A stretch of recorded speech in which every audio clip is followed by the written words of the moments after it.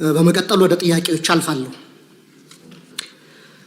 ክቡር ፕሬዝዳንቱ ለሁለቱ ምክር ቤቶች ያቀረቡት የመክፈቻ ንግግር ብሩህ ተስፋን የተሞላ ቢሆንም በኢትዮጵያውያን የዕለት ከዕለት ህይወት ውስጥ ካለው መሰረታዊ የሰላምና የጸጥታ መናጋት፣ የኑሮ ውድነትና የዲሞክራሲ ምህዳር መጥበብ ከንግግራቸው ይዘት ጋር የሚጣረስ ነው የሚል እምነት አለኝ።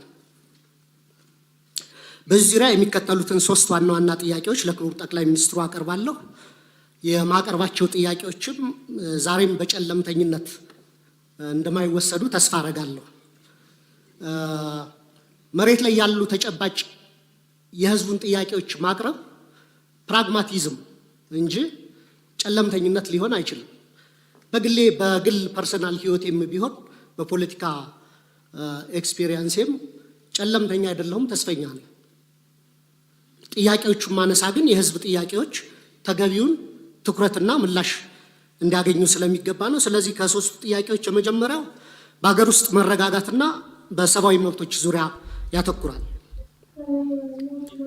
ክቡር ፕሬዝዳንቱ በንግግራቸው የተቀናጀ የብሔራዊ ጸጥታ ማዕቀፍ ለመፍጠር እየተደረገ ያለውን ጥረት ቢገልጹ በአማራ በኦሮሚያና በተለያዩ ክልሎች ያሉ ጦርነትና ግጭቶች አሁንም ተባብሰው በመቀጠላቸው ብዙዎችን እየጎዱ ነው። ክቡር ጠቅላይ ሚኒስትሩ እንደ ጸጥታ ኃይሎች መሪነቶ ካለፈው ዓመት ወዲህ በአማራና በኦሮሚያ ክልሎች በእነዚህ ጦርነቶች ምክንያት የተጎዱትን ሲቪሊያኖችና የሲቪሊያን መሰረተ ልማቶች ቁጥር በግልጽ ሊገልጹልን ይችላሉ ወይ?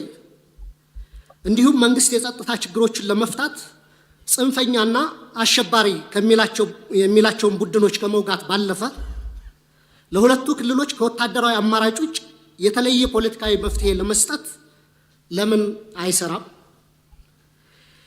የኢትዮጵያ ሕዝብ የእርስ በርስ ጦርነት አንገፍግፎታል። በሀገር ውስጥ ተንቀሳቅሶ ሰርቶ መብላት ከብዶታል።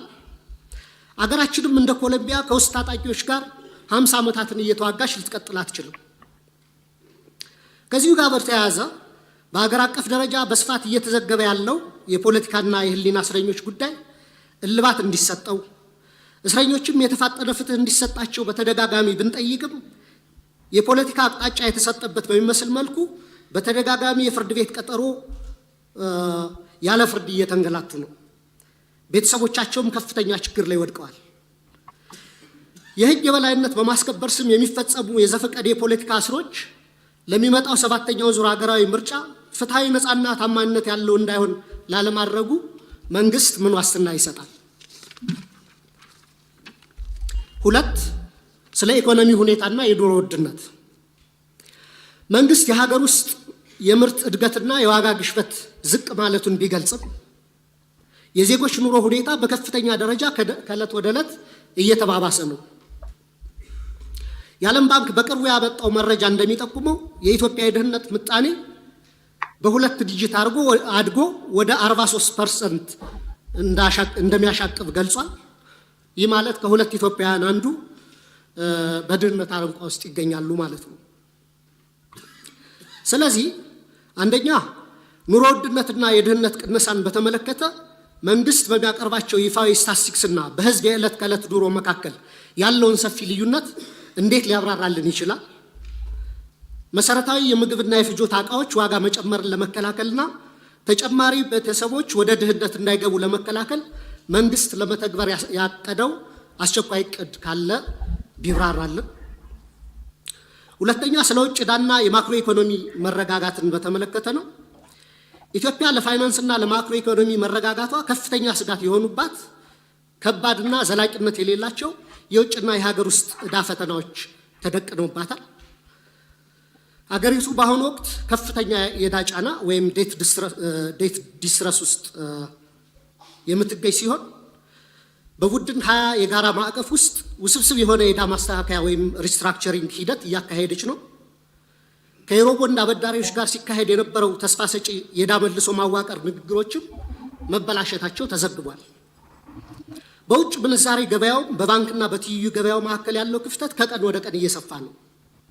ከነዚህ ተግዳሮቶች አኳያ መንግስት ማህበራዊ ወጪዎችን ሳይቀንስ ያሉብንን ከፍተኛ የውጭ ዕዳ ለመክፈልና የፋይናንስ ክፍተቱን ለመሸፈን እየሰራ ያለው ስራ ምንድነው?